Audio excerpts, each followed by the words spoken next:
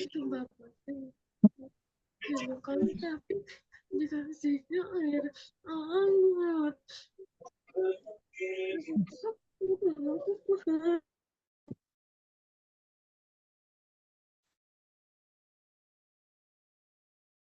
Power off. Power on. Bluetooth mode. Palembang hadir, Cikampek, Medan hadir, Pasuruan, Jawa Timur hadir dari Jakarta juga. Bangka Belitung, waduh, sepertinya dari Sabang sampai Merauke, ternyata dari ujung barat sampai ujung timur mengikuti pada malam hari ini. Alhamdulillah. Dari luar negeri apakah ada yang mengikuti? Bandung hadir, Sukabumi hadir, Goa, Sulsel hadir, Kebumen hadir, Semarang, iya banyak sekali. Padang, dari Cilacap, iya alhamdulillah. Di Cilacap juga ada yang hadir, dari Brebes, dari mana lagi nih Bun? Ya, sepertinya banyak sekali ya hari ini yang sudah join berapa? Dari Serang, Tangerang, Pangkalbun, Kalimantan Tengah. Masya Allah jauh sekali ya. Kita dikumpulkan di layar monitor dari tempat yang jauh, kita didekatkan dengan adanya teknologi canggih dari Karawang, Kalimantan. Iya, mana lagi Bun?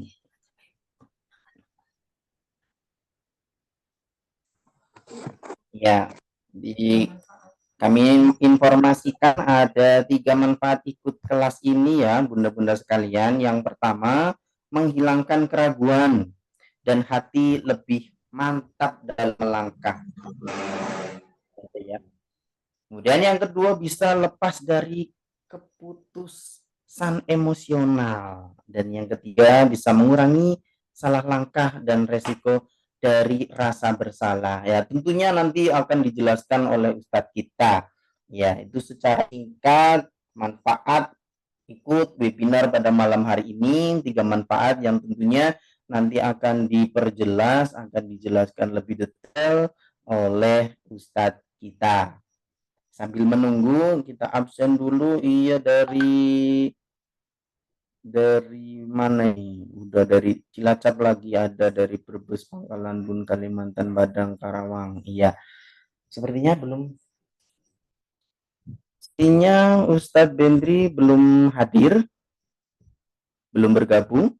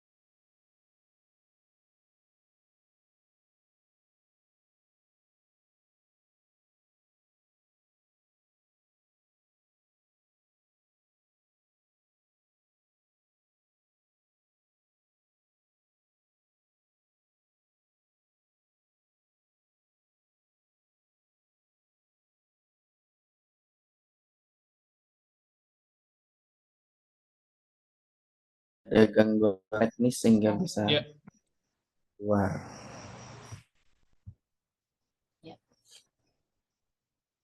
Nah, cek apakah sudah terdengar jelas? Maaf tadi keluar Zoom karena ada kendala teknis.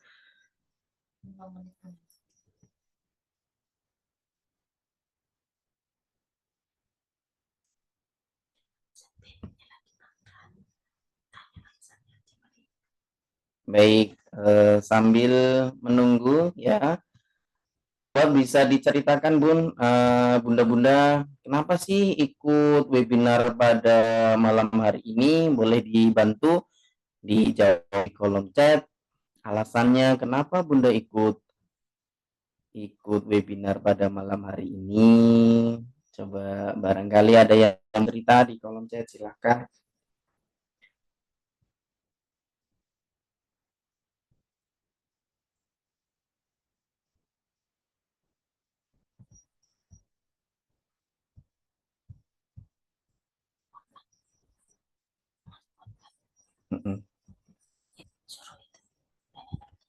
Iya, kenapa alasan Bunda-Bunda ikut webinar pada malam hari ini? Ya, tolong dibantu dijawab yang pertama Bunda Setiawati, nambah ilmu. Alhamdulillah, insya Allah kita semakin bertambah ilmunya. Bunda-bunda yang lain kenapa nih alasannya? Kenapa ikut webinar pada malam hari ini?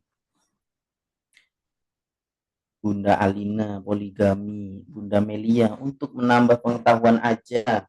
Bila ada permasalahan sudah tahu solusinya. Baik. Iya, sedia payung sebelum hujan untuk Melia Indrawati, Bunda Melia Indrawati. Baik, Bunda yang lainnya ditunggu nih alasannya kenapa. Ada Bunda Nurul Hasanah, mudah-mudahan mendapatkan pencerahan. Bunda Sylvia, biar tidak salah langkah. Masya Allah, senantiasa bunda-bunda untuk mencari ilmu, untuk menyelesaikan permasalahannya. Sedang mengalami menambah ilmu. Sedang mengalami masalah, Bunda Tina Hartina, sedang mengalami masalah antara mau pisah atau bertahan. Sudah 11 tahun menikah, Masya Allah. Iya, mudah-mudahan Bunda Tina diberikan yang terbaik, amin. Menambah ilmu, ya pengen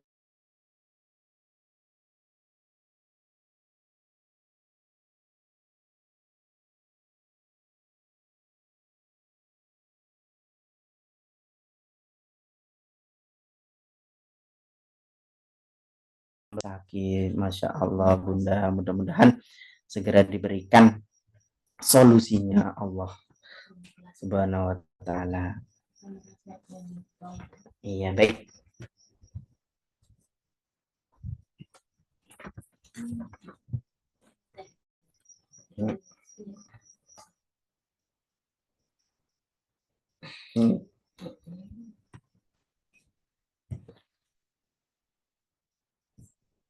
Mencari ilmu, keadaan yang selalu ada, Bunda,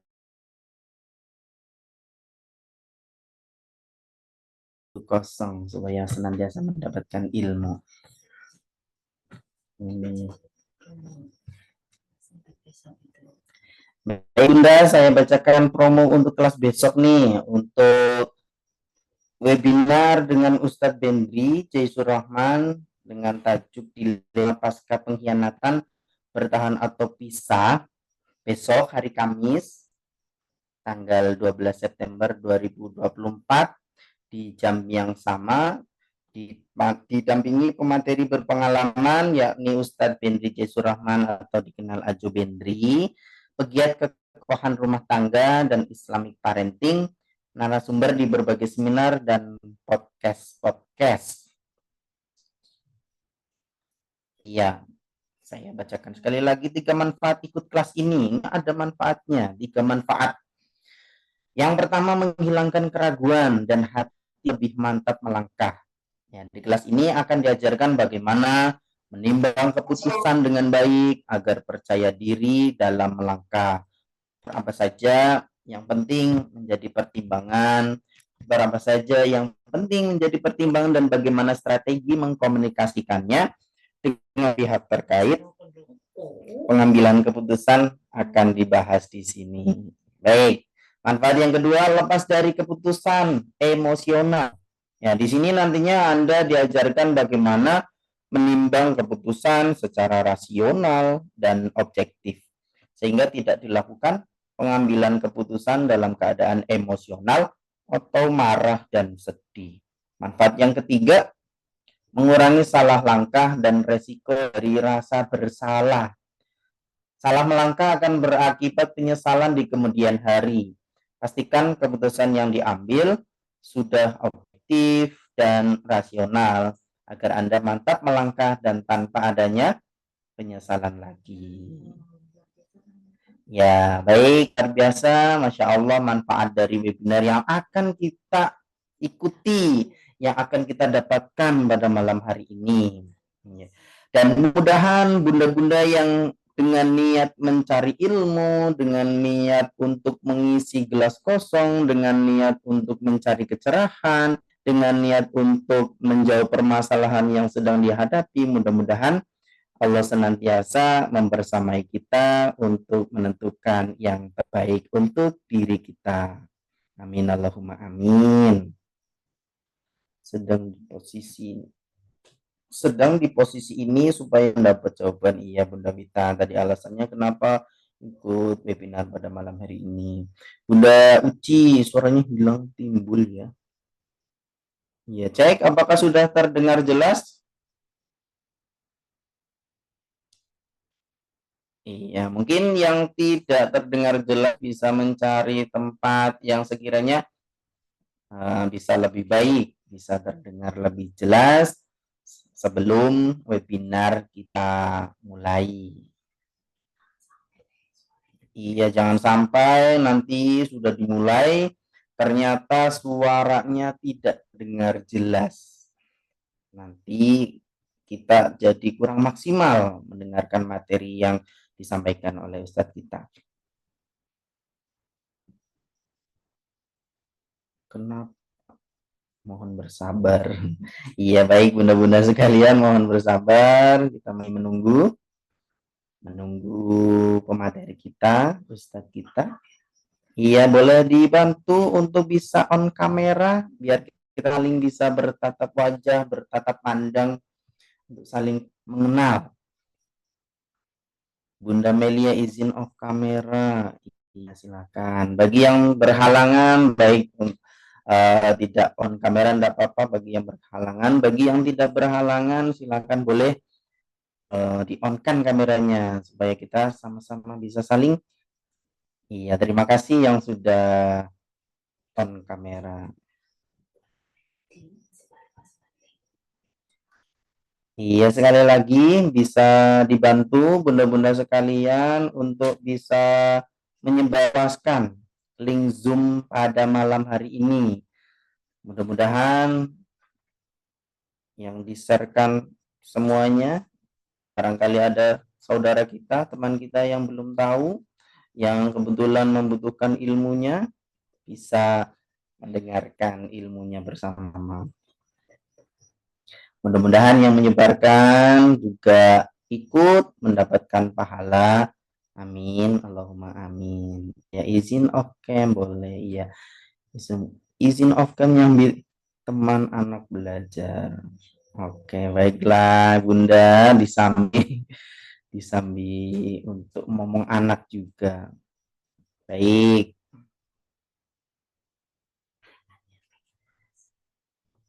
Baik Bunda sekalian, harapan setelah mengikuti webinar pada malam hari ini apa nih, boleh diceritakan di kolom chat.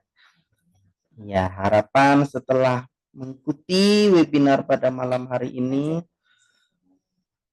apa nih? Semakin harmonis dengan suami, amin Bunda Rahayu. Semakin harmonis dengan suaminya, amin amin amin. Mendapatkan pencerahan. Iya, amin. Semoga iya. Harapan setelah mengikuti semakin langgeng. Amin. Bunda Melia sama suami.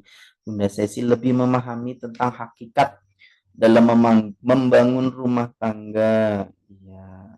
Bunda Cecil, Bunda Tuti menjadi rumah tangga yang sakinah, mawaddah warahmah. Amin. Allahumma amin. Bunda Tina semoga dapat pencerahan untuk memutuskan secara rasional ke depannya. Bunda Winda bisa mengambil keputusan yang tepat apa yang harus dilakukan untuk menyikapi perselingkuhan suami. Betul banget itu ya Bun. Kita jangan terlalu cepat memutuskan sesuatu.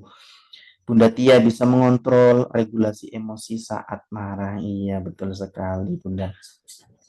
Baik, Ustadz Ajo Bendri sudah masuk room Zoom kita. Kita sapa terlebih dahulu. Assalamualaikum Ustadz Bendri.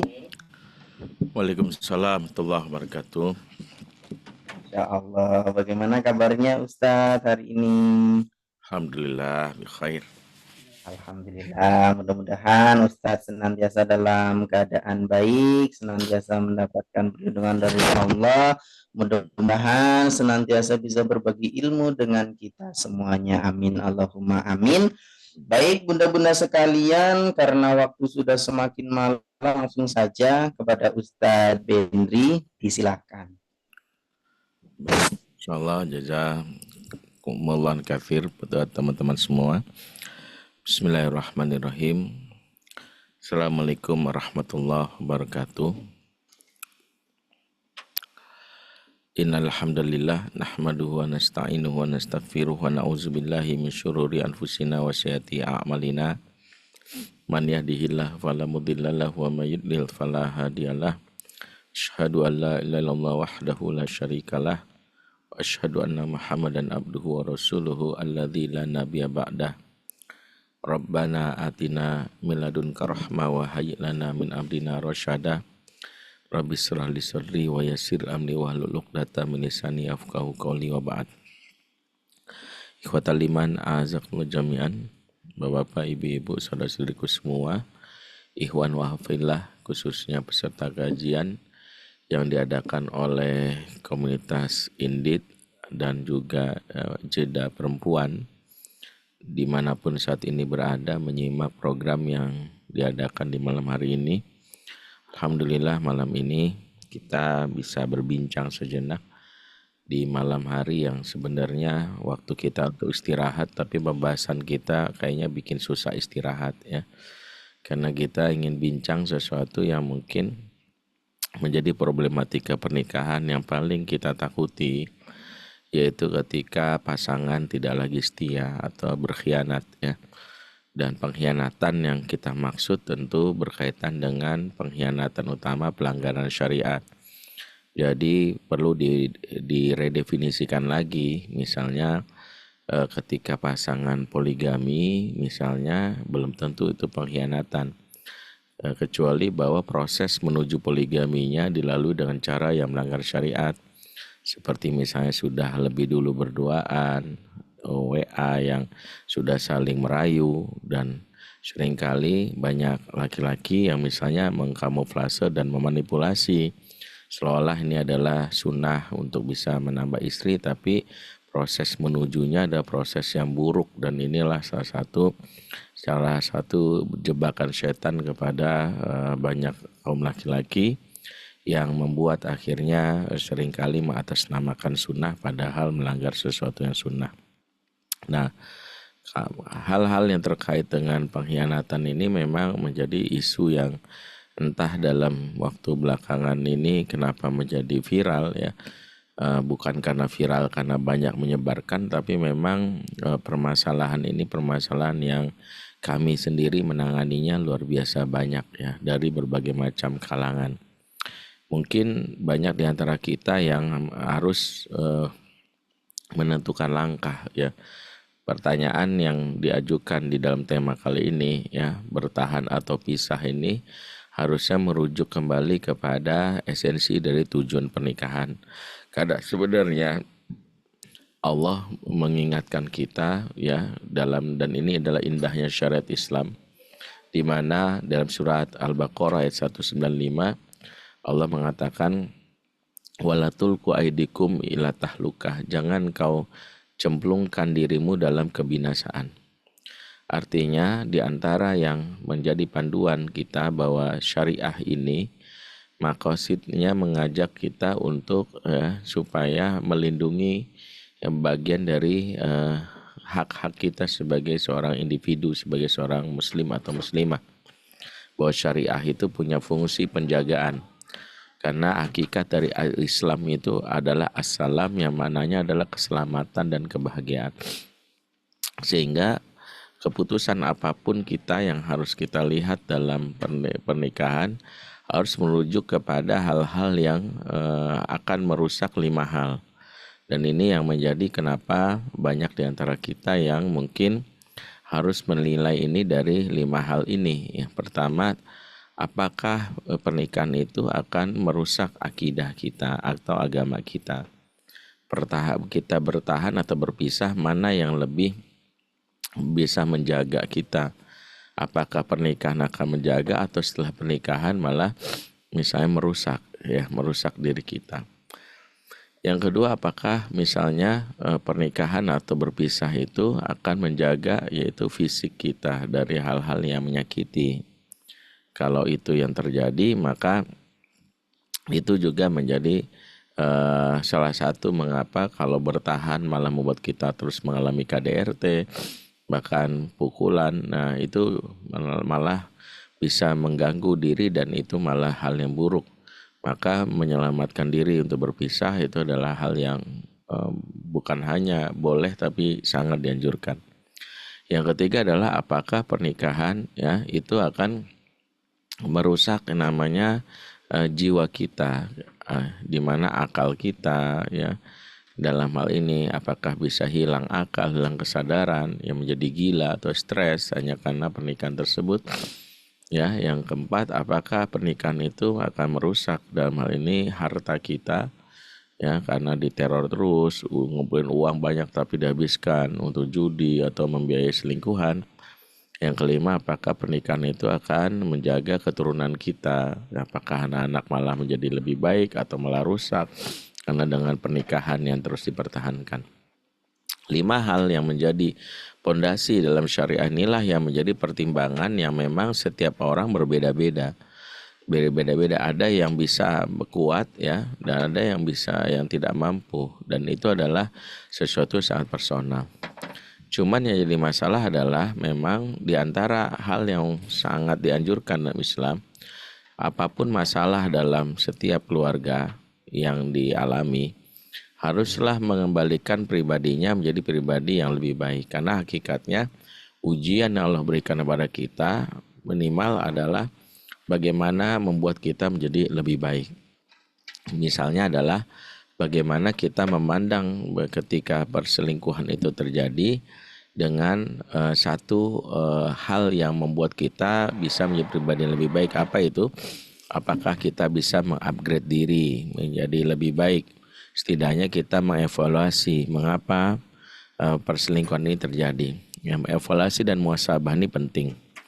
Karena banyak yang kita lupakan bahwa setiap masalah yang terkait dengan pengkhianatan, perselingkuhan, memang tidak ada pembelaan atau pembenaran terhadap pelaku selingkuh. Nggak ada pembenaran. Tapi mencoba untuk memuhasabah diri itu penting, karena hampir setiap faktor yang terjadi dalam perselingkuhan atau pengkhianatan selalu ada setidaknya berapa persen walaupun sedikit adalah mungkin kesalahan personal kita. Tanpa maksud membuat kita menyalahkan diri, tapi setidaknya mengupgrade diri itu jadi sesuatu yang penting. Kenapa? Karena menyisakan ruang untuk kita mengevaluasi diri itu malah membuat kita kelak menjadi pribadi yang lebih baik di masa depan, terlepas pernikahan ini dilanjutkan atau tidak.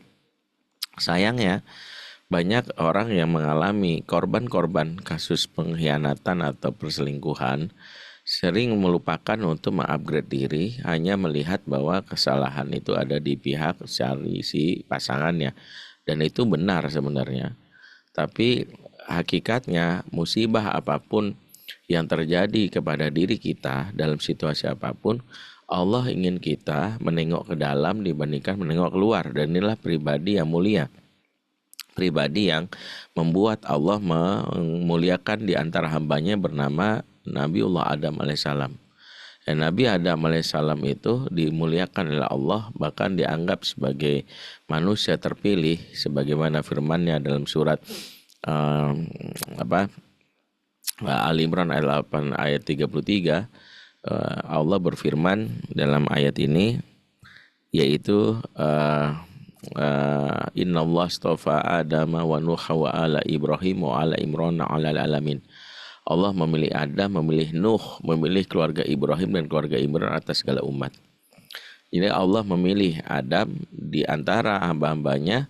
Dia itu menunjukkan bahwa ada keistimewaan Nabi Adam, dan menurut para ulama di antara keistimewaan Nabi Adam itu adalah Nabi Adam cepat melakukan muhasabah diri atas setiap masalah yang dihadapinya, yang kita kenal dengan nama iktiraf.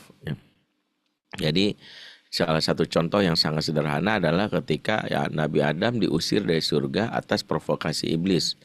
Kita tahu Nabi Adam dan Hawa awal mula tinggal surga, kemudian Allah memberikan sebuah larangan kepadanya, fala taqrabaha di sajarah, janganlah kalian dekati pohon itu. Artinya inilah larangan. Dan iblis mencoba membujuk Adam setelah itu, kemudian menawarkan kepadanya sambil mengatakan, inna nakuma minan nasihin, sesungguhnya aku itu bagi kalian itu ibarat seorang penasehat. Jadi dia memanipulasi dan mengatakan saya ini penasehat bagi kamu gitu. Dan kalimat inilah yang membuat Nabi Adam tergoda, sehingga akhirnya Nabi Adam makan buah terlarang dan akhirnya dikeluarkan dari surga. Tapi menariknya, setelah Nabi Adam keluarkan dari surga bersama Hawa, tak satu pun dalam doanya dan zikirnya Nabi Adam mengatakan kalimat ini gara-gara iblis, ya Allah. Ini gara-gara iblis. Emang iblis biang kerok. Ya, emang kurang ajar tuh makhluk. Mendingan dilaknat aja ya Allah. Tidak. Allah Maha Adil. Setiap pelaku kejahatan tidak akan pernah terkurangi sedikit pun hisabnya. Karena Allah sangat detail. Innallaha alimun khabir. Ya, Allah sangat detail terhadap pelaku kejahatan. Wa may ya'mal mithqala dzarratin syarran yarah. Setiap balas kebaikan yang buruk pasti dibalas keburukan, walaupun syarran yarah mithqal, yaitu seperti seberat biji sawi. Artinya kalau kita sadari bahwa orang yang berkhianat atau melakukan kejahatan kita, pasti Allah balas dengan balasan yang setimpal dengan dia. Nah, makanya Nabi Adam tidak melakukan hal untuk misalnya mengutuki dan meratapi sambil mengatakan balaslah dia ya Allah. Nabi Adam melihat, setidaknya dia menengok dirinya, apa yang membuat Allah marah padanya. Maka dia mengatakan Rabbana zolamna anfusana. Kenapa saya sampaikan ini? Mungkin ini hal yang tidak mengenakan, agar kita bisa menjadi pribadi yang menjadi lebih baik di masa depan, meskipun kita adalah korban. Jadi korban itu harus mencoba menaikkan level dia supaya tidak melulu dalam hal ini berada dalam situasi yang statis. Jadi harus dinamis untuk menjadi lebih baik, sehingga setidaknya menyisakan ruang untuk mengevaluasi. Kenapa baru sering terjadi satu, apakah saya mungkin kurang pelayanannya, apakah kata-kata saya tidak mengenakan hatinya, apakah saya tidak menjaga perasaannya sebagai seorang istri, apakah saya terlalu sibuk. Dan semua hal itu bukan dalam rangka untuk seolah-olah bahwa kita adalah justru penyebabnya, bukan, tapi kita menyisakan ruang untuk memuhasabah diri agar di masa depan kita akan menghindari atau mencegah hal buruk itu terjadi. Pun kalau sekiranya, mohon maaf ya, sampai terjadi perceraian itu setidaknya membuat kita menjadi pribadi yang lebih baik. Bahkan Allah akan memberikan jodoh yang mungkin penggantinya ketika kita mengupgrade diri menjadi lebih baik. Ini kata kunci keywordnya. Maka ini menjadi hal yang fundamental bagi kita melihat situasi di mana ketika terjadinya perselingkuhan, pengkhianatan. Lihat diri kita, tengok diri kita. Dalam hal ini adalah apa yang harus saya upgrade, apa yang menjadi kelemahan saya sehingga hal ini terjadi. Dan itu adalah yang menambah kecintaan Allah kepada kita. Adapun pilihan kita untuk bertahan atau berpisah dengan prinsip maqasid syariat tadi, juga kita lihat dari bagaimana reaksi si pelaku yang sejatinya sudah melakukan hal mengkhianati kita. Karena sejatinya pertama, pengkhianatan kepada pernikahan bukan sekadar mengkhianati istri. Ya, dia adalah salah satu yang statusnya membuat seorang laki-laki menjadi buruk di mata Allah. Karena pengkhianatan itu adalah seperti layaknya Yahudi yang mengkhianati perjanjian dengan Allah. Ada hal yang menarik. Ketika Allah menyebut pernikahan dalam Al-Quran surat An-Nisa 21 dan kalimat wa akhadna minkum mitsaqan ghalidha, dan istri-istri kalian mengambil dari kalian perjanjian yang kokoh. Jadi pernikahan disebut perjanjian yang kokoh. Ternyata perjanjian yang kokoh atau mitsaqan ghalidha tersebar di dua surat yang lain. Yang pertama, perjanjian antara Nabi dengan Allah. Surat Al-Ahzab ayat 7. Allah berfirman, wa akhadna minhum mitsaqan ghalidha, dan kami mengambil perjanjian dari mereka dan perjanjian yang kokoh. Jadi antara Nabi dan Allah disebut perjanjian yang kokoh. Kemudian ketika Allah menyebutkan mitsaqan ghalidha juga di surat An-Nisa ayat 154 menjelaskan perjanjian antara Allah dengan Bani Israel. Wa akhadna minhum mitsaqan ghalidha, dan kami mengambil perjanjian dari mereka Bani Israel dengan perjanjian yang kokoh. Jadi perjanjian yang kokoh selain pernikahan disebutkan antara Nabi dengan Allah, antara Bani Israel dengan Allah. Yang menariknya, antara Nabi dengan Allah adalah contoh perjanjian yang ditepati. Ya, Nabi contohnya tak pernah berkhianat apapun perjanjian dengan Allah. Nabi tak kepikiran setelah jadi Nabi umat banyak kemudian jadi bonus jualan produk gitu ya. Jadi MLM, nggak kepikiran tuh Nabi. Ya kepikiran membelokkan ya, bikin partai politik itu setelah jadi umatnya banyak, nggak kepikiran tuh. Nabi pokoknya mikirnya dakwah aja. Bahkan diiming-imingi harta kekayaan nggak bisa. Ya Nabi nggak mengkhianati amanah. Ya Nabi tidak bisa dibujuk, bahkan resikonya Nabi dibunuh seperti Nabi Yahya dan Nabi Zakaria alaihissalam, mereka dibunuh. Ini memberi contoh bahwa Nabi menepati perjanjian dengan Allah yang disebut mitsaqan ghalidha. Sementara perjanjian antara Allah dan Bani Israel adalah contoh perjanjian yang dikhianati. Jadi Bani Israel itu pengkhianat. Bani Israel itu mengkhianati janjinya. Bahkan dilarang mancing dari Sabtu, dia pasang jalannya dari Jumat, ngakalin. Dulu dia berangkat dari bumi Syam atau Palestina untuk datang ke daerah Madinah dan Khaybar untuk menanti datangnya Nabi akhir zaman. Berdasarkan kitab Taurat yang dia baca, begitu nabinya bukan dari keturunan mereka, marah, ngamuk, dan mengkhianati janji. Inilah mental dari Bani Israel, pengkhianat. Nah, apa hubungannya pernikahan? Mudah-mudahan bagi yang hari ini menyaksikan, khususnya bagi para suami dan juga tentu para istri, pernikahan itu berada di dua sisi. Jika dia menepati janjinya, perjanjian dengan pernikahan dengan istrinya, dalam keadaan suka dan duka, walaupun istrinya mungkin dalam beberapa tahun nikah dalam tanda kutip mungkin sudah mulai keriput ya, sudah mulai matanya tetap menjaga dari hal yang haram, tak sedikit pun mengkhianati, chatting kepada lawan jenis dengan hal yang tidak layak untuk dilakukan karena bukan satu suami istri, maka setiaan dia itu setara dengan dia dengan Nabi. Makanya lelaki yang memuliakan istrinya itu menjadi lelaki yang terbaik di sisi Allah ya, karena Nabi mengatakan khairukum li ahli wa ana khairukum li ahli, sebaik-baik kamu paling baik sama keluargamu dan saya paling baik sama keluarga saya. Makanya laki-laki yang memuliakan istrinya dia seolah-olah layaknya seperti Nabi. Sebaliknya, laki-laki yang mengkhianati istrinya, kemudian dia berselingkuh atau menyakiti istrinya, bahkan cuek sama istrinya, bahkan menyakiti istrinya, mohon maaf, dia terlaknat laksana Yahudi.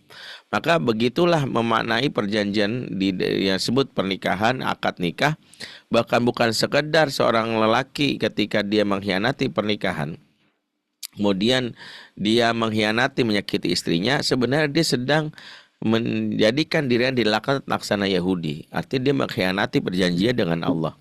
Maka perlu kami sampaikan bahwa saat seorang itu dia sudah menyadari dan dia tahu entah dia kegap selingkuh atau tidak, setidaknya satu, apakah muncul kesadaran dia untuk memperbaiki diri, untuk memperbanyak tobat sama Allah. Ini menjadi isu utama. Kenapa? Kalau seseorang dia tidak menunjukkan pertobatan kepada Allah dengan maksimal, maka itu diantara ciri bahwa rumah tangga kalaupun diteruskan tidak akan berkah. Ya, kenapa? Karena rumah tangga yang dipenuhi dengan maksiat yang tidak ditobati, maka pastinya akan merusak ya keberkahan dalam rumah, karena perusak keberkahan adalah maksiat. Maka ini menjadi salah satu isyarat. Dan ini juga penting kalau ada yang hadir di sini mungkin pelaku selingkuh ya, mohon maaf bukan berarti menuduh atau apapun. Setidaknya pertama, perselingkuhan itu bukanlah engkau mengkhianati pasanganmu tapi engkau mengkhianati Tuhanmu. Maka fokus pertama bukan meminta maaf ke pasangan tapi minta maaflah kepada Allah, apalagi kalau sudah sampai zina. Kenapa? Karena kalau engkau minta maaf kepada pasangan dan pasangan menerimamu, tapi engkau tidak minta maaf kepada Tuhanmu dan Tuhanmu menganggap itu adalah hutang bahkan dosa yang belum diampuni, maka sampai kapanpun kehidupanmu tidak akan pernah bahagia. Sampai kapanpun, walaupun engkau menikah lagi, walaupun apa, enggak akan pernah bahagia. Dan inilah kesalahan mendasar orang yang melakukan pertobatan pada saat dia berselingkuh. Ya apa? Dia hanya fokus kepada pasangannya. Dia tidak fokus kepada Allah. Dia ingin pasangannya menerima dia baik-baikin pasangannya, dia rayu pasangannya. Bukan itu menjadi prinsip dasarnya.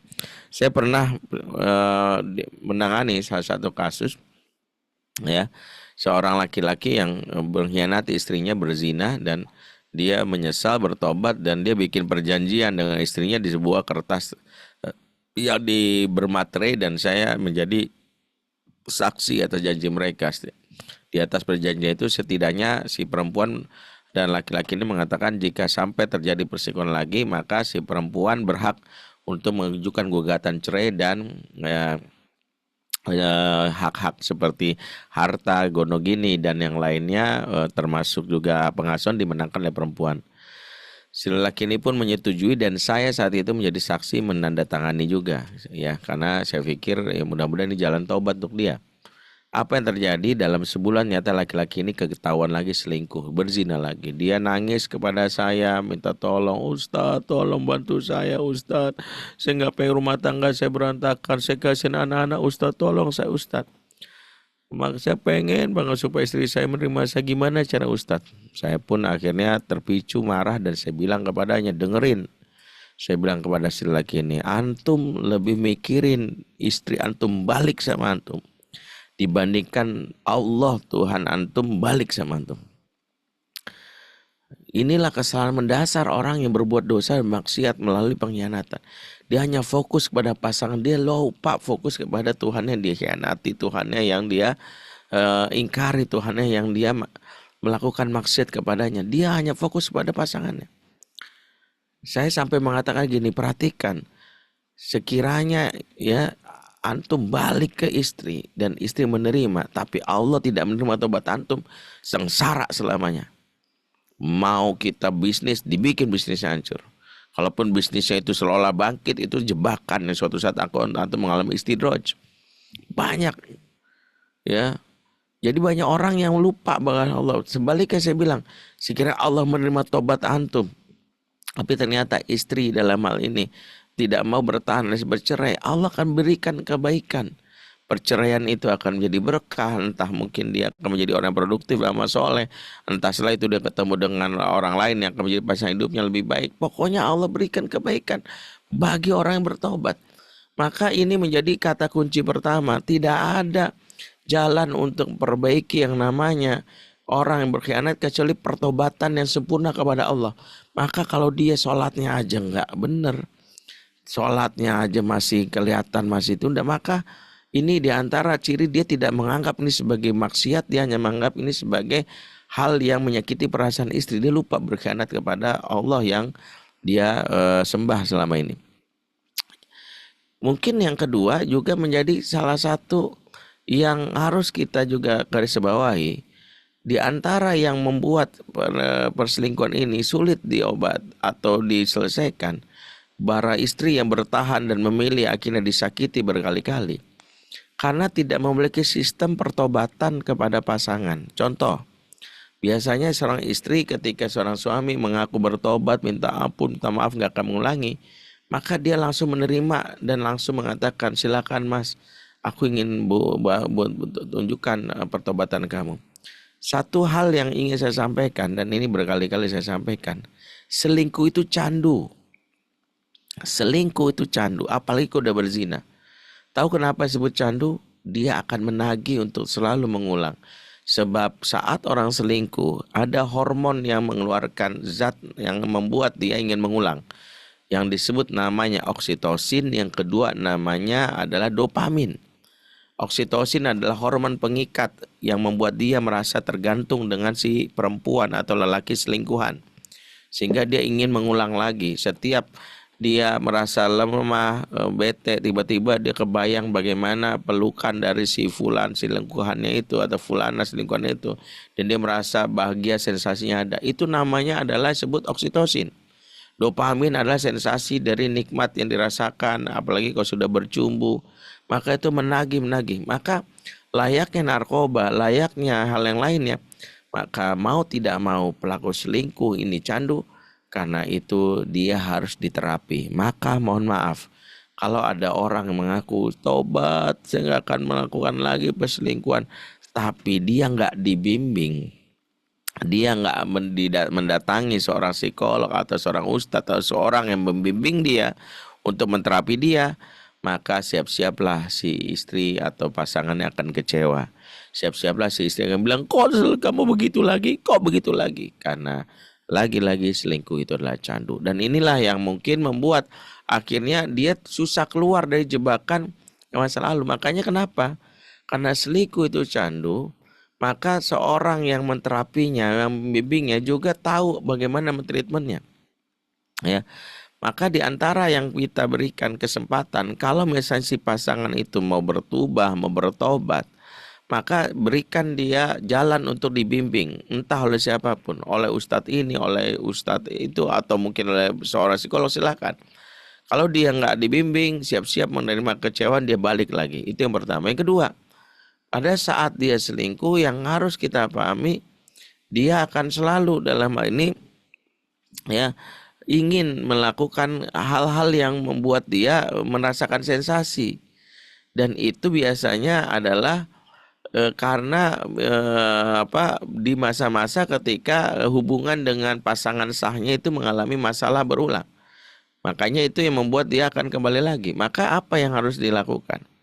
Yang paling penting harus dipahami, ini kaidah kedua. Pertama, selingkuh adalah candu. Kedua, penyakit selingkuh kayak penyakit diabetes. Sampai kapanpun kalau pantangannya tidak diikuti, maka akan kembali kepada penyakit yang sama. Karena diabetes juga begitu. Ya. Sehingga bagi orang yang sudah kegap selingkuh apalagi sampai berzina, maka sangat-sangat keras, beberapa pantangan nggak boleh dilakukan. Misalnya maaf ya, satu, kalau dia sampai pernah melakukan selingkuh sampai bertidur dengan lawan jenis atau tidak perempuan ya, kalau itu satu kantor, maka cara pertama adalah jauhi dia. Nggak perlu pakai kalimat, tapi gimana pekerjaan? Ya resikonya adalah dia keluar dari pekerjaan atau si peselingkuhannya keluar dari pekerjaan. Nggak boleh dia kontak lagi. Yang kedua, ganti nomor, blok sosmednya. Saya melakukan ini dengan banyak sekali kepada orang-orang yang sudah terjebak, sampai ribuan orang saya ngomong begini, dan memang dengan keras saya bilang bagi orang-orang yang selama ini meremehkan, gak apa-apa loh Ustadz ya, masa saya harus tinggal pekerjaan saya, ya yang penting saya nggak macam-macam lagi. Apa yang terjadi? Kembali dia dalam perilaku yang sama di masa depannya. Itu kejadian. Kenapa? Karena pantangannya itu nggak dilakukan. Pantangan orang sudah ketahuan selingkuh dan apalagi sama teman kerja, wajib keluar, ya, wajib keluar dari lingkungan tersebut. Nggak boleh ketemu lagi. Layaknya orang yang sudah kena diabetes gula, maka nggak boleh minum gula lagi, nggak boleh minum apa lagi, nggak boleh ada kontak lagi, bahkan nggak boleh scrolling. Kalau perlu IG-nya diganti, kalau perlu macam-macam. Kalau ditanya dalam rangka apa, ini bentuk pertobatan dan kesungguhan. Dan ketahuilah di balik pertobatan dan kesungguhan itu, Allah akan menilainya sebagai sebuah bentuk amal soleh. Kalau kita ingin meyakinkan pasangan dan ingin menunjukkan ke Allah bahwa ini pertobatan. Maka kalau ternyata ketika seseorang pasangan dalam hal ini, dia misalnya ya tidak menunjukkan keseriusan tobat, dibimbing tidak mau, ya dalam hal ini ya pantangan-pantangan setelah ini dilanggar, maka pilihan ada sama si korban atau si istri atau suami yang diselingkuhi. mau bertahan selagi ya, soalnya saya takut Ustadz ya, kalau saya cerai ya, saya takut anak saya broken home ya.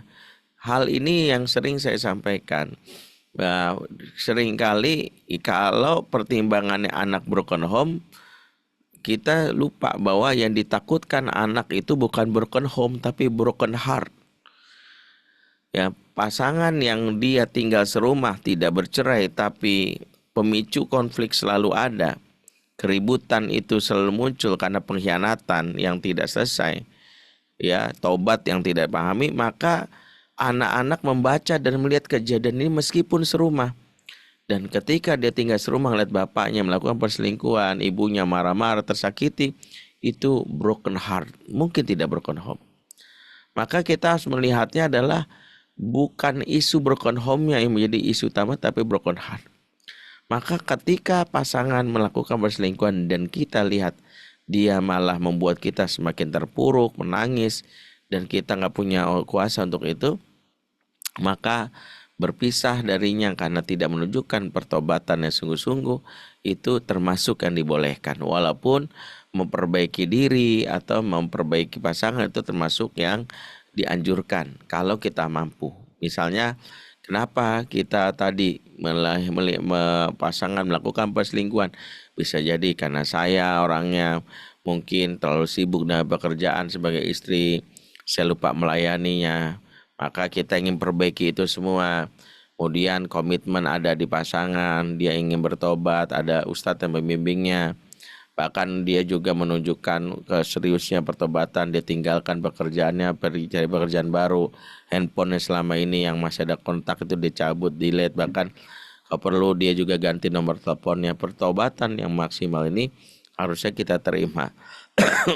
Dan pastinya kita pasti belum bisa 100% langsung menjadikan pengkhianatan ini langsung selesai. Pasti ada luka. Nah, masalahnya luka ini akan menjadikan ya isu yang membuat setan selalu masuk untuk menerbitkan was-was dan membuat suasana sakinah itu menjadi hilang. Ya, lawan kata sakinah dalam rumah tangga adalah was-was. Sakinah adalah tujuan pernikahan dan was-was dihembuskan setan untuk merusak sakinah. Alladzi yuwaswisu fi sudurin nas.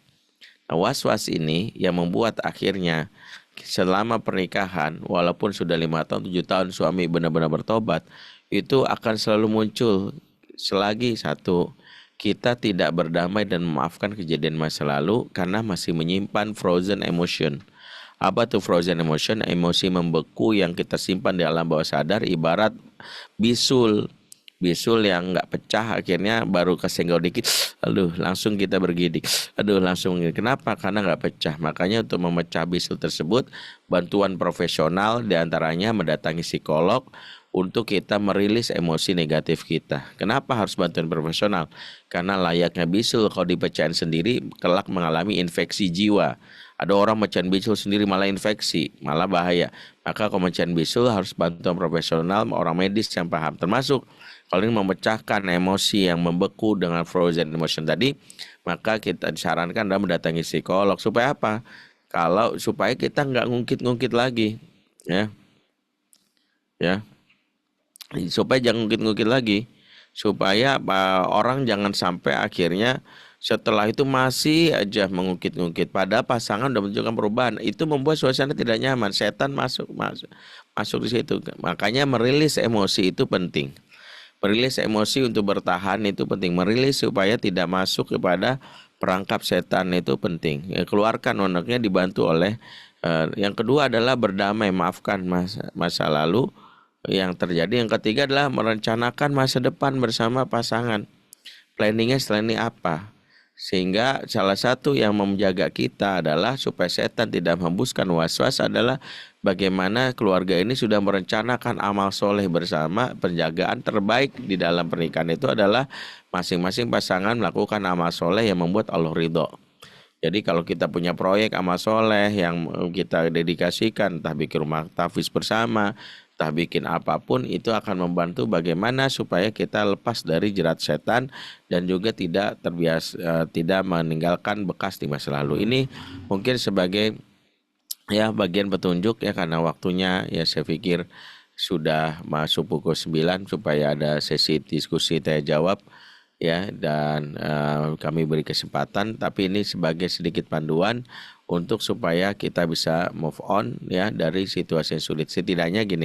Setidaknya pertanyaan bertahan atau berpisah adalah pertanyaan yang harusnya dijawab dengan kondisi kita, apakah kemaslahatan dalam pernikahan itu bisa kita peroleh dengan pertobatan yang kita lihat dari pasangan dan ikhtiar kita untuk perbaiki dirinya itu apakah muncul, dan apakah ikhtiar kita sudah maksimal untuk perbaiki diri itu juga bisa kita lihat. Tapi yang penting saya ingin sampaikan, ini salah satu hal yang sering saya sampaikan, ya hidup itu tidak hidup itu hidup itu bukan tentang mempertahankan status cerai atau tidak cerai. Hidup itu bukan tentang mempertahankan status nikah atau tidak nikah. Hidup itu tentang mempertahankan status jadi hamba Allah dalam setiap situasi. Artinya, apapun yang kita alami hari ini dan di masa depan, tetaplah jadi hamba Allah. Tetaplah kita melihat dari aspek bagaimana mengupgrade diri. Kalau kita sudah bertahan dengan pernikahan yang kita inginkan, walaupun tidak sesuai harapan kita, bertahanlah dengan niat menjadi hamba Allah, bukan karena anak. Satu kata yang ingin saya sampaikan, jangan mempertahankan pernikahan karena anak, karena justru kita nggak punya kekuatan yang membuat Allah mendatangkan pertolongannya. Kenapa? Karena mempertahankan karena anak membuat diri kita tidak lagi menjadi pilihan ibadah dalam pernikahan tersebut. Tapi pertahankanlah karena kita ingin mendapatkan kebaikan dari Allah. Jadi anak insya Allah akan dijaga oleh Allah kalau kita niatnya karena Allah. Jadi kalau dibilang kenapa mempertahankan, karena saya ingin mencoba perbaiki pasangan saya yang hari ini ya mungkin khilaf. Saya ingin niat ini karena Allah supaya mendapatkan pahala. Tapi saya nggak tahu apakah saya mampu. Entah mungkin setelah menikah, pernikahan terjadi ternyata pengkhianatan terjadi dan ciri-ciri yang buruk itu terjadi. Itu biarkan itu Allah yang tentukan. Pun kalau ternyata saya harus bercerai, saya tidak menyesali ikhtiar saya. Saya sudah melakukan yang terbaik buat apa yang terbaik untuk pasangan saya, tapi ternyata dia tidak bisa ditolong, dia nggak mau juga ditolong, ya sudah saya berlepas diri darinya dan saya tidak menyesali apa yang saya lakukan selama ini. Itulah orang yang dia tetap menjadi hamba Allah dalam segala situasi. Saat dia berpertahankan dia menjadi hamba Allah, saat dia bercerai pun dia jadi hamba Allah. Itulah esensi dari keputusan hidup kita, mau bertahan atau berpisah. Aku qouli hadza wa astaghfirullahaladzim. Assalamualaikum warahmatullahi wabarakatuh.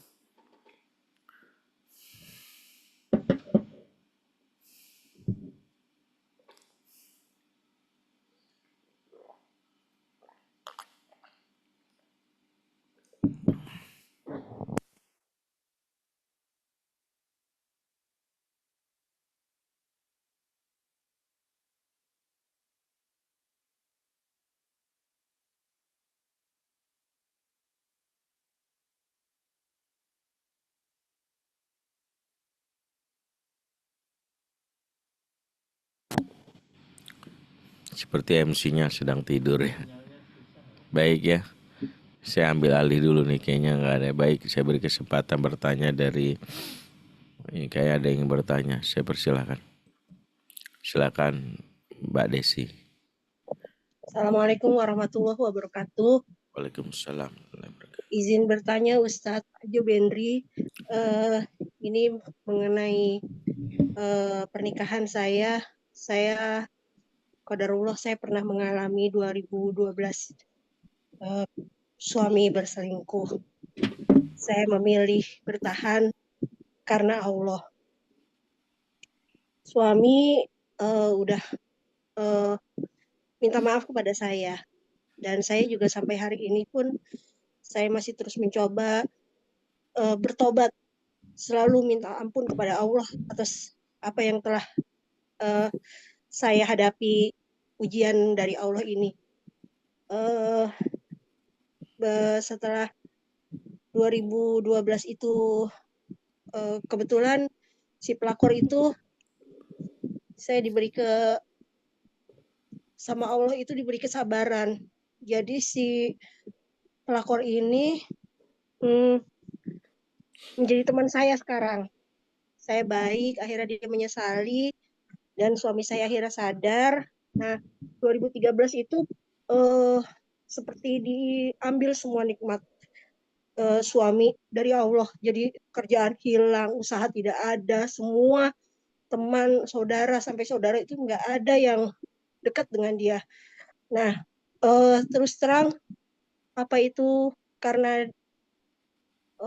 suami bertobatnya itu maksudnya minta maaf hanya kepada saya, atau dia sih mengakui bahwa dia sudah bertobat begitu ya Ustadz.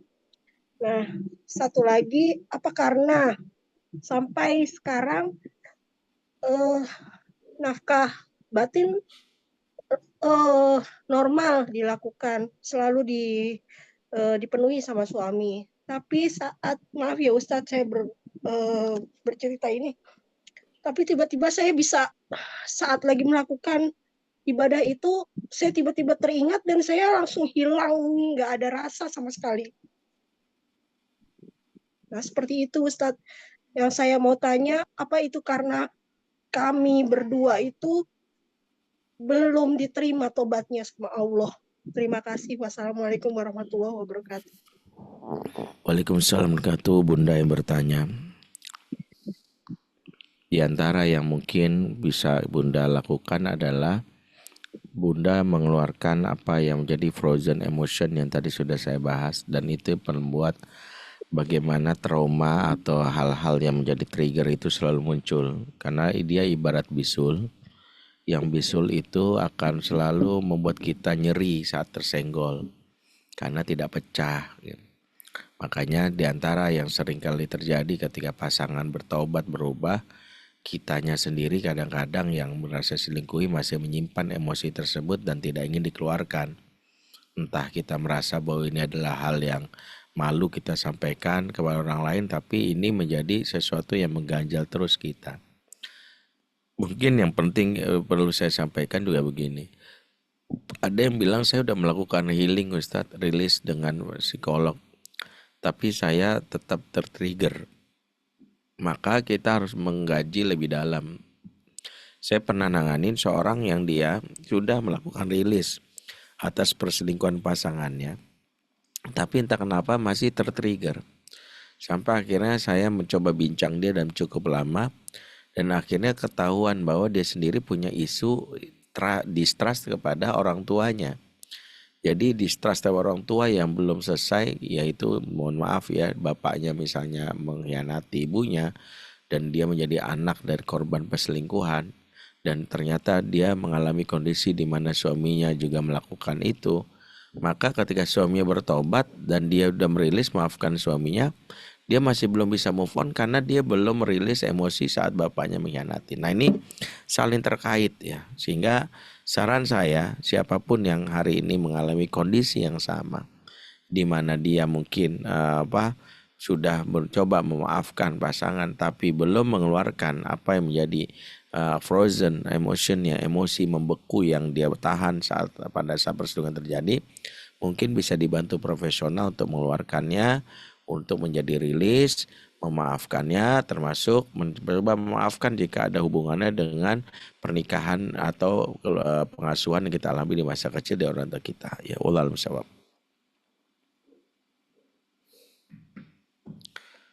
Silakan lanjut ke Umu Fayat.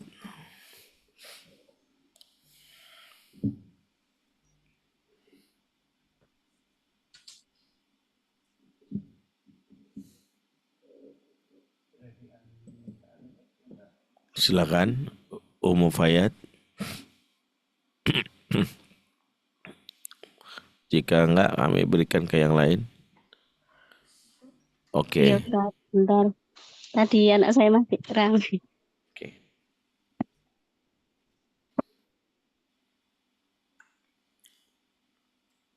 Saya mau bertanya, Ustaz. Ini kan, maaf saya agak berbisik ya, soalnya kurang enak ngobrolnya. Gini, saya kan sudah menikah, sudah 15 tahun. Selama perjalanan 15 tahun ini, saya itu merasa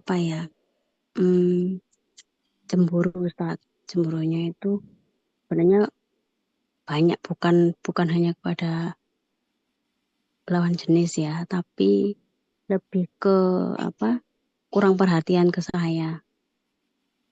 Maksudnya itu lebih memperhatikan gadgetnya daripada saya, kayak gitu-gitulah Ustaz.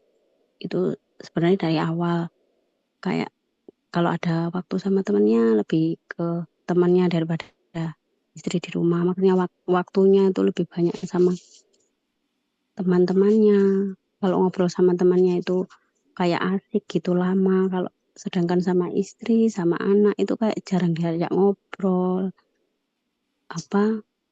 Dari ngobrol dari hati ke hati gitu loh Ustaz. Itu berjalan sangat lama itu. Saya tuh lama-lama sakit hati gitu loh Ustaz. Jadi cemburunya tuh nggak hanya kepada temannya, ke HP juga saya cemburu, kepada pokoknya saya tuh merasa tidak ada waktu buat saya gitu loh. Bahkan kayak pelukan itu hampir nggak pernah sama sekali, kalau nggak pas dia membutuhkan begitu. Jadi saya tuh kayak istilahnya kalau tanaman gitu layu, nggak pernah disiram, nggak pernah dirawat, nggak pernah disentuh kayak gitulah. Itu saya tuh merasanya seperti itu. Meskipun kami udah berjalan lama ya. Dulu sebenarnya saya tuh pengen memutuskan untuk berpisah. Tapi suami nggak mau. Pengen bertahan. Cuma saya beri syarat harus ada perubahan. Cuma ya itu sangat lamban sekali. Saya tuh tidak tahu harus minta bantuan ke siapa. Seharusnya ke siapa dulu. Terus kemana itu saya nggak tahu. Jadi makanya saya ikut kelas ini. Barangkali ada pencerahan dari Ustadz gitu. Apa aja yang harus saya lakukan. Baik ya, baik Umu. Insya Allah sudah dipahami pertanyaannya. Di antara yang harus kita pahami, kita menikah dengan pasangan yang meskipun kita lihat ya dari awal pernikahan dengan kesolehannya, tapi ada juga isu pasangan yang sebenarnya menyimpan luka atau utang pengasuhan yang membuat dia mungkin memiliki kegagapan dalam menunjukkan cinta. Inilah yang seringkali kita tidak sadari. Makanya Nabi SAW itu pernah memberi sebuah peringatan dalam hadis riwayat Ad-Daruqutni, bagaimana pernikahan itu pada saat kita menjalaninya harus memakai kaidah yang Nabi sebutkan, iyyakum wa khodro ad-diman. Waspadalah kamu dengan khodro, yaitu lelaki yang kelihatan mempesona, ganteng, keren. Ad-diman artinya kubangan kotoran, alias hati-hati, waspada dengan laki-laki yang kelihatan keren, mempesona, tapi dia dibesarkan di lingkungan yang buruk. Hadis ini sebenarnya mengisyaratkan bahwa apa yang terjadi sama pasangan kita hari ini yang mungkin kurang perhatian, yang dia nggak aware dengan pasangannya, atau dia yang mungkin sulit mengungkapkan kata-kata, padahal saya sering mendapatkan kajian bahwa seorang laki-laki seorang laki-laki itu harus meniru Rasulullah mesra gitu. Bukannya bisa jadi dia nggak tahu mesra itu bagaimana, tapi dia tidak punya asupan kemesraan karena bisa jadi dia dari kecil nggak tahu apa itu mesra. Karena bapak ibunya dari 0 sampai 15 tahun bisa jadi ya memberikan tidak memberikan contoh bagaimana kemesraan. Ada yang bapaknya kaku, pendiam, ibunya juga kadang dingin. Ada yang lebih ekstrim, bapaknya kasar, ibunya kasar. Dan ini berapa kali juga kami tangani. Ada seorang istri yang bilang misalnya, saya bingung sama suami saya, lulusan pesantren padahal. Dia tahu banget kalau misalnya dia dalam hadis Nabi itu memuliakan istrinya berkata, tapi dia nggak pernah tuh. Dia ngomongnya kasar, buruk gitu. Saya bingung Ustadz. Oke. Pertanyaannya adalah seberapa kenal ibu dengan pasangan ibu? Karena banyak kita menikah itu perkenalannya cuma sampai level 2.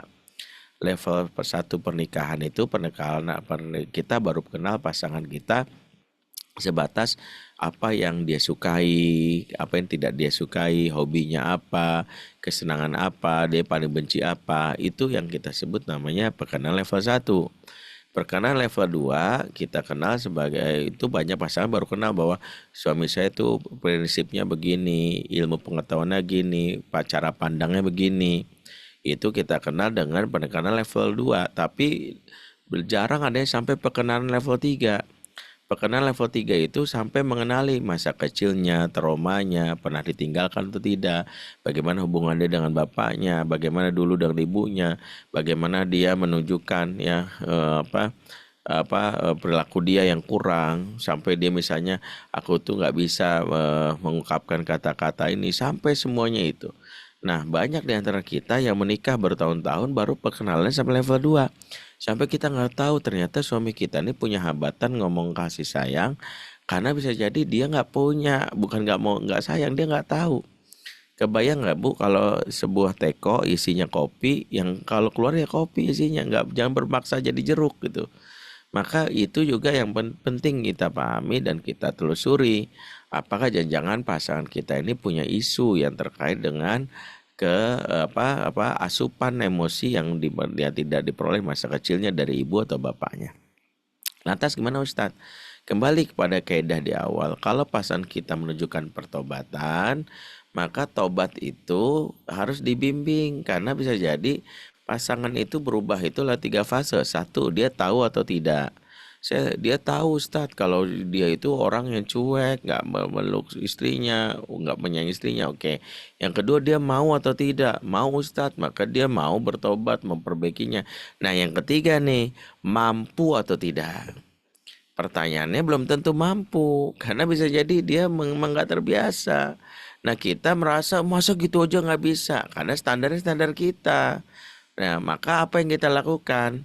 Maka yang ketiga itu, satu, kita bisa berperan mengajarkan ke dia. Jangan-jangan kita lah yang bisa menjadi pembayar utang pengasuhan orang tuanya.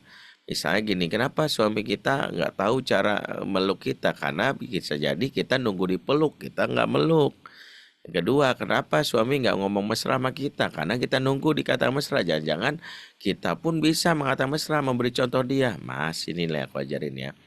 Karena isi kepala dia harus diperbanyak dengan bantuan dari orang sekitar.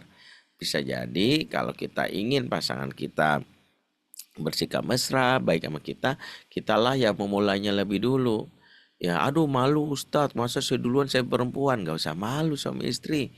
Suami istri itu saling kerjasama, saling tolong menolong. Makanya relasi hubungan suami istri itu dalam Quran ada 3 fase. Yang disebut sahabat, yang kedua sebagai pakaian, yang ketiga sebagai penolong. Nah relasi ini yang harus kita jaga, kita pertahankan. Karena itu, karena kita sebagai penolong ya tolong menolong aja. Dia yang dalam hal ini kaku dalam rela menjaga hubungan dengan pasangan ya harus dibantu. Kita tolong ya, kita tolong aja. Nah kita tolong apa? Kalau dia tidur kita bisikin, Mas aku sayang kamu, aku peluk ya gitu. Dia mungkin nggak biasa, akhirnya lama-lama dia belajar dari cara kita menyikapi itu. Bisa jadi dia butuh bantuan, atau kalau kita merasa risih orang lain. Jadi kalau cuman mengandalkan dia udah berjanji loh Ustadz. Nah lagi-lagi ada orang berjanji nggak ngerokok. Nyata untuk meninggalkan kebiasaan rokok itu tidak mudah. Makanya bagi yang ingin berhenti merokok, dia harus ikuti terapi berhenti kebiasaan rokok. Makanya dipandu dan dibantu. Demikian juga kalau ada orang pasangan yang dia kenapa kaku, kenapa nggak bisa mesra, lagi-lagi bukan dia tidak tahu dan tidak mau, tapi tidak mampu. Karena dia tidak mampu, maka yuk dibantu. Kita yang membantunya atau kita bisa minta tolong orang yang bisa membimbingnya, apakah itu seorang psikolog atau ustadz yang bisa mengenali apa yang menjadi masalah dia, kenapa dia memiliki hambatan dalam masalah mengekspresikan perasaannya. Wallahu a'lam bishawab. Baik, Masya Allah, terima kasih Ustaz. Bagaimana Bunda jawabannya? Cukup menjawab nggih? Mohon maaf tadi sedikit gangguan sehingga keluar sinyalnya ya. Mohon maaf. Bagaimana Ustadz, masih ada satu lagi penanya? Boleh. Boleh. Satu lagi penanya untuk kami persilahkan kepada Bunda Nurul Hasanah, boleh? itu bisa nyata apapun boleh jadi ibrah. Silakan Bunda. Di-on-kan dulu mic-nya Bun.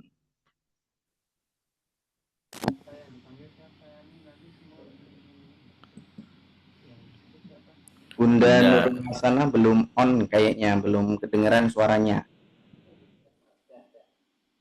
Assalamualaikum. Assalamualaikum. Ustadz, gini ya, mungkin karena saya kemarin kurang ilmu, sehingga saya dan suami akhirnya sudah berpisah, sudah selesai masa idah, sekarang sudah hampir 5 bulan kita berpisah. Yang saya mau tanyakan begini kayak mungkin kita terjadi karena kurang ilmu perpisahan ini, terus karena ada luka di masa lalu kan, mungkin dia tidak tidak melihat seorang ibunya diperlakukan dengan seperti ini. Nah kan sekarang saya pun mempunyai anak laki-laki. Saya tidak mau anak saya bersikap seperti ayahnya seperti itu. Untuk memutus mata rantai itu, apa yang harus saya lakukan sebagai seorang ibu gitu, agar nanti tidak terjadi kepada istrinya nanti setelah anak saya menikah. Begitu Ustadz. Baik Bunda Nurul Hasanah, yang pertama, setelah bercerai ada adab yang harus dipenuhi dan ini berkaitan dengan nanti pola asuh. Bunda baca surah Al-Baqarah ayat 237 dan orang jarang baca ayat perceraian karena biasa cerai ya udah cerai aja, padahal Allah mengatur salah satu adab demi kemaslahatan. Di antara adab yang pertama harus lakukan adalah dalam surat Al-Baqarah 237, wala tansaul fadla bainakum, jangan kamu lupakan kebaikan di antara kamu. Jadi ayat ini mengingatkan jangan lupakan kebaikan. Apa pesannya? Kenapa harus jangan lupakan kebaikan? Karena kebanyakan setelah kita bercerai, kita nggak move on dan akhirnya banyak menceritakan keburukan. Dampaknya apa kalau kita menceritakan keburukan mantan? Dampak pertama adalah kita akhirnya energi kita setiap hari selalu dihantui dengan kemarahan, selalu dengan emosi negatif, dan emosi negatif ini sangat tidak bagus untuk pendidikan anak-anak. Karena ibu yang menyimpan energi negatif malah membuat anak menjadi tidak nyaman dan ujung-ujungnya anak tidak mendekat dengan ibunya. Karena nampak bahasa tubuh ibu yang tidak nyaman. Yang kedua, ini yang tidak disadari, anak ketika mendapatkan informasi tentang bapaknya misalnya disebut keburukannya, maka anak ini pastinya juga tidak nyaman dan malah merusak persepsi dia akan keayahan. Maksudnya gini, ketika kita misalnya tanpa sadar, diantara yang sering kita lakukan orang setelah bercerai itu adalah tanpa sadar mengatakan, mama ini korban bapakmu, gak usah ngomong gitu, bapak kamu penjahat misalnya. Kemudian anak mengetahui kejahatan bapaknya, kemudian tanpa sadar anak itu mengatakan kalimat, pokoknya aku gak mau ketemu bapak, aku benci sama bapak misal gitu. Maka pahamilah kalau ibu justru merasa bangga dan puas seolah-olah bahwa ibu merasa didukung, jangan hal ini terjadi pada anak ibu karena dua hal. Satu, ibu tanpa sadar mencemplungkan anak ibu ke neraka. Waliyahzubillah. Kenapa? Karena dalam syariat Islam tidak ada pembenaran sejahat-jahatnya bapak, tidak boleh anak membalasnya. Itu pertama. Yang kedua, dan ini penting, di dunia ini tidak ada satupun anak yang sehat jiwanya jika membenci salah satu atau kedua orang tuanya. Nggak ada. Saya sudah banyak menangani anak yang ketika dewasanya punya prinsip marriage free, nggak mau nikah. Ada yang children free, nggak punya anak. Ada yang religion free, ateis. Kenapa? Karena dia punya trauma sama orang tua. Maka setelah bercerai kita jadi mantan istri, mantan suami, tapi bukan mantan ayah dan mantan ibu. Maka sepakati, satu, ibu mengasuh anak laki-laki tapi tidak boleh memutus akses dia ke bapaknya. Ya, tidak boleh. Kalaupun dia misalnya bapaknya mau pastikan juga, kecuali bapaknya punya track record buruk, misalnya maaf ya, kalau kita berikan akses ke bapaknya, misalnya bapaknya seorang penjudi yang nggak taubat, pezina, bahkan membawa perempuan ke semacam itu, boleh kita putus. Tapi kalau bapaknya mungkin masih menjaga adabnya sebagai seorang bapak dia tahu bahwa mungkin gua jahat di mata istri, tapi mata anak, dia tetap jaga adabnya, berikan hak itu. Jangan sampai kita putus. Karena itu figur anak butuh figur ayah. Yang kedua, jangan jelek-jelekan bapaknya. Kalau perlu, maaf, jika ibu sudah move on, ibu boleh menceritakan kebaikan bapaknya dalam hal yang terkait ibu pernah alami. Dan itu membangun citra kelaki-lakian dia, karena laki-laki butuh pencitraan kelaki-lakian. Laki-laki yang dia tidak punya pencitraan kelaki-lakian, malah dia membenci jenis kelaminnya. Aku nggak mau jadi laki-laki, dan ini mengerikan.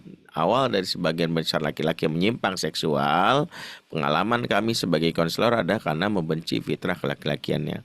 Maka jangan sampai anak seperti itu. Yang ketiga, kalaulah ternyata bapaknya mungkin melakukan hal yang buruk dan anak ketahui, maka jangan dipanas-panasi. Cukup aja anak untuk bilang, mari doakan papamu ya. Mari doakan papamu, yuk. Biar bagaimana itu papamu yang lagi pula, dulu papamu nggak begitu. Sebutlah kebaikan-kebaikannya.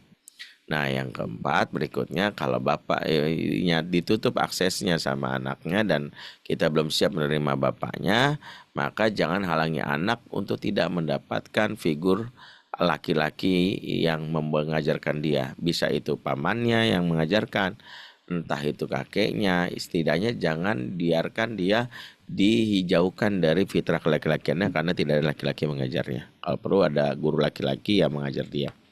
Nah, yang paling penting adalah bagaimana Bunda ya dalam hal ini sudah move on untuk tidak lagi mengungkit-ungkit masa lalu yang terjadi ya. Berjalankan aja sekarang apa menjadi takdirnya. Yang paling penting anak-anak kita ya, kalau yang laki-laki ini dia diajarkan dua hal. Satu, kita memberikan asupan tender love, yaitu cinta yang diberikan oleh kita secara tulus. Itu mengasah namanya empati dia kelak suatu saat. Kalau seorang lelaki punya kedekatan sama ibunya, asupan kasih sayang ibunya, dia menjadi pribadi yang empati, maka dia nanti peka sama istrinya. Yang kedua, ajarkan nilai kelaki-lakian dari sosok ayahnya. Kalau ayahnya bisa berperan, bagus banget. Dengan itu dia menjadi seimbang. Jika menjadi laki-laki empati, tapi juga pribadi yang tegas. Itu yang dibutuhkan. Ya Allah, alam bisawab. Baik, terima kasih hatabannya Ustadz Bendri. Baik, terima kasih untuk materi pada malam hari ini. Bagaimana Bunda? Tentunya sudah banyak pengetahuan, banyak ilmu yang diberikan Ustadz Bendri. Mudah-mudahan bermanfaat untuk kita semuanya. Tapi tadi saya lihat banyak yang raise hand lebih banyak, tapi untuk hari ini belum dapat kesempatan. Tentunya nanti ada besok, tentunya Bunda, besok ada acara webinar bersama Ustadz Bendri lagi. Kalau Bunda kepengen naik ke level selanjutnya, besok ada webinar lagi bersama Ustadz Bendri di premium kelasnya. Bunda bisa ikut besok hari Kamis tanggal 12 September di jam yang sama dengan infak setara paket internet Bunda aja nih. Nanti Bunda akan mendapatkan rekaman webinar hari ini dan rekaman webinar pada hari besok. Karena rekaman ini bersifat eksklusif dan tidak disebarluaskan. Untuk pendaftarannya nanti ada link yang di-share oleh admin kita, oleh Kak Tian yang akan menyebarkan link pendaftarannya. Untuk besok, apa yang dibahas? Yang pertama, besok akan membahas memahami perselingkuhan, apa itu perselingkuhan dan bagaimana dampaknya pada hubungan. Kemudian dampak emosional, reaksi emosional yang umum pada pasangan yang mengalami perselingkuhan. Kemudian kejadian psikologis pengaruh perselingkuhan terhadap kesehatan mental individu.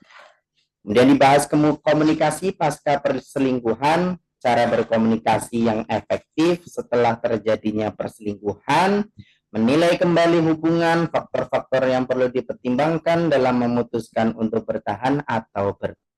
Dan yang terakhir, membuat keputusan, strategi untuk membuat keputusan yang matang tentang masa depan hubungan. Baik, barokallah untuk hari ini. Mudah-mudahan yang disampaikan Ustadz Bendri dapat kita resapi, dapat kita pahami sehingga semakin menambah wawasan pengetahuan bagi kita sehingga dapat memberikan pertimbangan ketika kita untuk memenuhi kesalahan. Baik, jangan lupa Bunda untuk segera membuka link pendaftarannya dan jangan lupa juga ikuti webinar pada hari besok. Sebelum ditutup, saya beri kesempatan kepada Ustadz Bendri untuk memberikan closing statement sebelum webinar ditutup. Ya.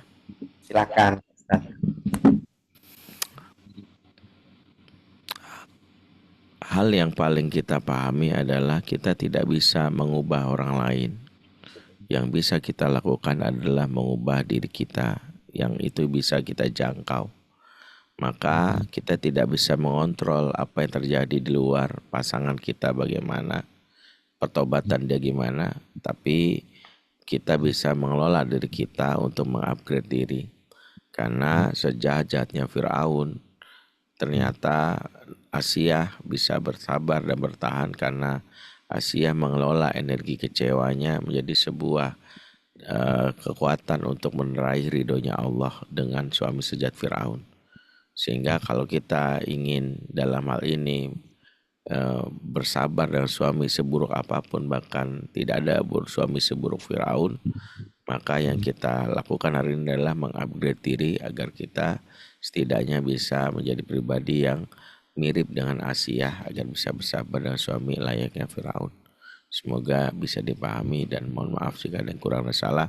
Aku luqul hadza fastaghfirullahaladzim. Assalamualaikum warahmatullahi wabarakatuh. Waalaikumsalam warahmatullahi wabarakatuh. Alhamdulillah, terima kasih kepada Ustadz Bendri yang sudah membersamai webinar pada malam hari ini, yang sudah memberikan ilmu yang luar biasa, dan kemudian terima kasih kepada bunda-bunda sekalian yang sudah istiqomah dari awal sampai akhir mengikuti webinar pada malam hari ini. Kemudian diingatkan sekali lagi bunda-bunda jangan lupa daftar webinar pada besok hari. Linknya sudah disebarkan di kolom chat dan juga nantinya akan disebarkan di grup WhatsApp. Iya. Mungkin dari saya izin mengakhiri. Mohon maaf apabila ada tutur kata yang kurang berkenan. Dari saya cukup sekian. Kita tutup dengan bacaan hamdalah bersama. Alhamdulillahirabbil alamin. Subhanakallahumma wa bihamdika asyhadu an la ilaha illa anta astaghfiruka wa atubu ilaik. Dari saya cukup sekian. Wassalamualaikum warahmatullahi wabarakatuh. Waalaikumsalam warahmatullahi wabarakatuh.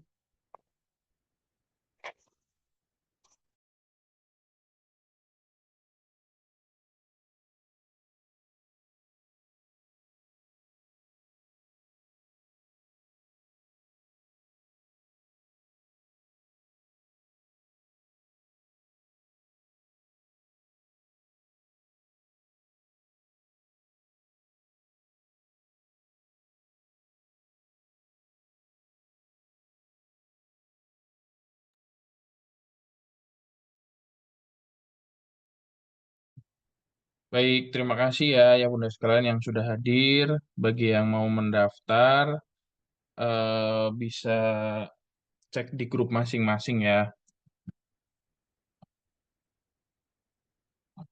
Insya Allah untuk peserta pendaftar besok dibatasi ya.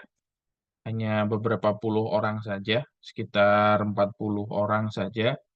Jadi nanti kalau tanya jawab bisa lebih private. Terima kasih ya Bunda sekalian.